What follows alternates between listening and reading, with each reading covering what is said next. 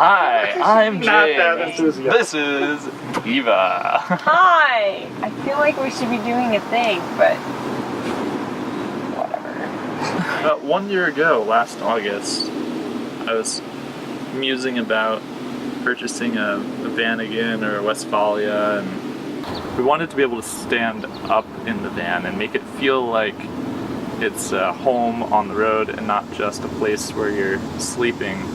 So that's where we looked at Sprinter vans, just for the sheer interior height. So we spent 2.5 months in Asheville working on the van. It came carpeted and insulated with fiberglass, and we really didn't want any of that, so we had to rip it all out and discovered a few rusty bits, yada yada yada, did a bunch of work. Got a lot of help from Eva's parents, which was awesome. And everything took at least 3 times longer than we thought it was going to take, even after we accounted for the fact that we knew it was going to take longer than we thought it should take. Back. Up here we have a bulkhead that mostly Eva's dad designed. We knew we wanted something up here to hold dry goods and extra storage. So we just have a latch on the side, and the door opens up, and then we have excellent storage. It's about 10 inches deep. Then we wrap around this way. We have a little side splash, a little just metal splash here that we keep our pictures, little magnetic hooks, extra tidbits. We have our Origo 6000 stove top and oven here. Originally came from a sailboat. It's gimbaled. It will rotate back and forth to try and maintain a level cook surface. It takes denatured alcohol, so it has these big cans that you fill up with denatured alcohol and light. It'll be an interesting cooking experience. It has a half-size oven as well. Then on the underside, we have an extra drawer that we use for storing all of our kitchenware, pots, pans, bowls, knives, etc. The countertop, we used some paper stone. All this cabinetry we did ourselves, so the doors, Eva was milling a lot of lumber, some walnut, and the center panels are all walnut veneer plywood. Underneath the sink, we just have pretty simple 2 jerry cans, 5 gallons each for water, 1 for gray water, 1 for fresh water. We have I think it's 2.3 gallon Helio. It's a foot pump shower. It's supposed to be for rinsing off at the beach, hiking, whatever have you. It's just a small pressure vessel. We have a Vitamix blender stuffed into the back. Because, you know, you can't get on a road trip without a high-powered blender. The vent, a lot of people use fantastic fans in van conversions, but we did some research and we discovered that the MaxxAir fan can operate while it's raining without having an additional permanent rain hood. So the fan does multiple speeds, in or out. We have this great window that we installed that didn't exist in the van before, cut a hole in the side, which has 2 opening and screened off windows on the bottom side, so when we're parked we can open those up, we can have the exhaust fan going, and when we're cooking we can have a cross breeze that's sucking the exhaust up and out of the van, which is going to be pretty important in such a small space.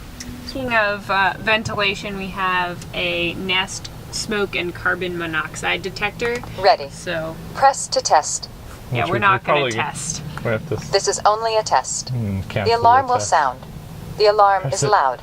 The test cancelled. Here we have a little dry goods rack.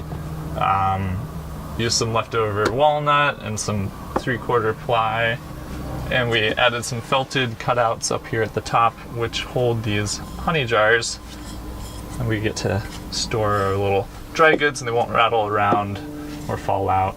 So extra storage for dry goods. And then along over here we have some cups. We have our spice rack with various items and then some extra knickknacks as well. Going along with the theme of using extra materials from previous jobs, we put in this nice black hardwood floor, which was leftover material from another one of Square Peg's jobs. So we put that in. The van previously, it has a subfloor built into it, which is held down with, underneath here you can see these little tie downs also hold the subfloor to the van. They act as little washers that clamp it down. So we decided to leave access to those, and we have those in a couple spots. Throughout the van we have some strewn about, so if we do need to tie anything down we can.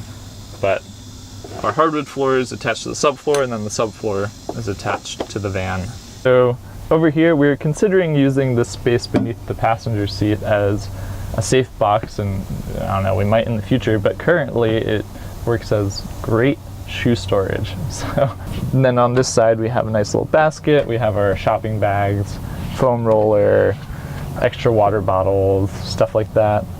And between the seats we have our Goal Zero Yeti 400.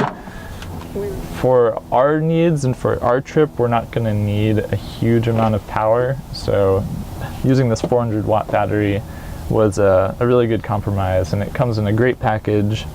So we can charge it through the input, we can charge it through the van, we can plug it into a wall in a home, at a car park, at a coffee shop, kind of wherever, and then we can charge 12 volt or AC, USB, and it's a 300 watt inverter, so it's not going to be able to run things like a blender, but for charging camera batteries, phone batteries, laptop batteries, that's going to be perfect. And we also actually have it wired here, so we have a small separate wiring system that hooks up to the vent fan in the ceiling, and it also hooks up to the vent fan for the toilet. So we run both of those fans on this external battery, so we don't run the risk of, burning out our, draining our car battery. Also, we have this almost full-size bed, Savvy Rest, which does organic latex mattresses. We were able to get some material through them that worked for our purposes, so it's not quite a standard bed size, but it fits us perfectly. I'm 5'10"-ish and Eva's 5'8"-ish, so it works for our heights. We have a coconut fiber sub bed that helps aerate underneath the mattresses. And then we have this front portion of the bed that actually slides back, so we cut it so that those come up, and we can lift up all the materials from underneath the bed. We were going to make this into a sofa, but we might in the future. We don't have the time really right now. And then the front bar slides back, and then suddenly the front section of the bed is gone. We have extra space to do prep work for cooking. This is a nice little countertop surface and really gives us a lot more room to move around, and it gives us better access to things underneath the bed. So under the bed we also have our Yeti 65-liter cooler, just storing all of our little tidbits, nut butters, greens for a little while. Lasts a number of days, which is pretty good. And we just have it slide back in, which for us works fine, and it has little grippy feet. And then next to it we have about the same size as the cooler is a big pull-out drawer. So here we have our running packs, day packs. We have some winter clothes and some dress shoes. Nice red boots. Yeah, we also have this little curtained area, and we have a toilet. Wow, toilet. It's a Nature's Head composting toilet. This little top bit pops off. Move it out of the way. We're not planning on using this all that often. It's mostly in case of emergency. We're camped somewhere far away from any available restroom, but it's great.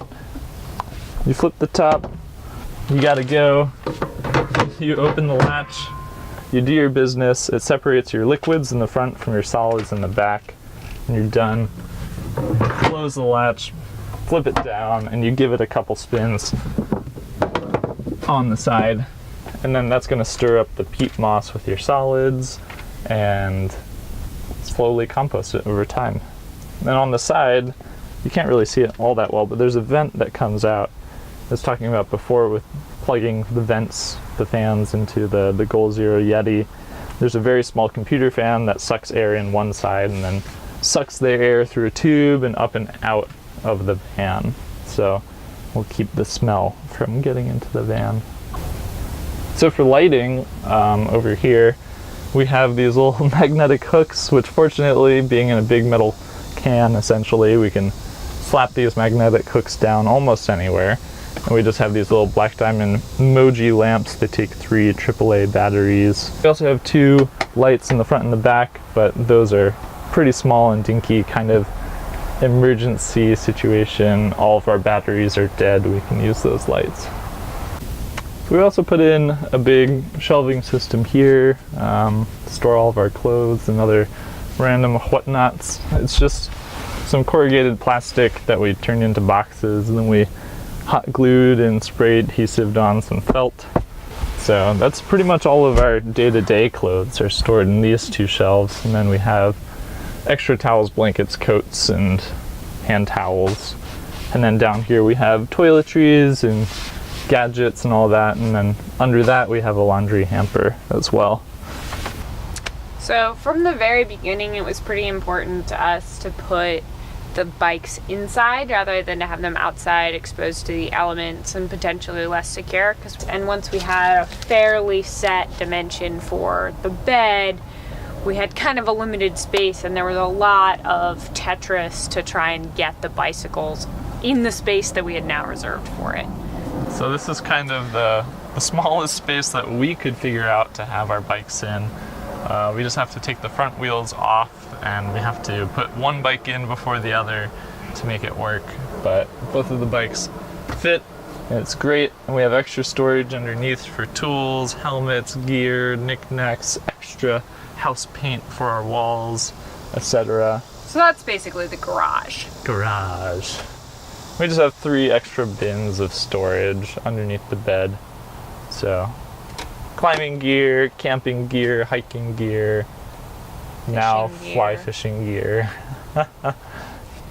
We also have been hearing a lot of good things and bad things about Reflectix as insulation, as various things, but we kind of determined that the primary usefulness of Reflectix and similar reflective products is simply to block out your windows so your van doesn't get so hot while you're not in it and it's parked in the sun. So we have a layer of Reflectix, felt on the side, so in theory heat can sort of get out and definitely can't get in, at least radiant heat. And these are great. James made them, and they have magnets in the corners to attach to here. I don't know, it's a small space. So yeah, that's the tour, and we'll check back in. We'll check back in after we've spent a couple of continuous nights sleeping and living out of the van. In 6 months, we might just be all ragged, and our jeans are going to be torn, our hair is going to be wild. Probably the last time the van will be this clean. So, yeah. Just hoping to go, I don't know, see what there is to see in America, which, there is a lot that a lot of other people come to our country to see. And we want to go out there and experience it.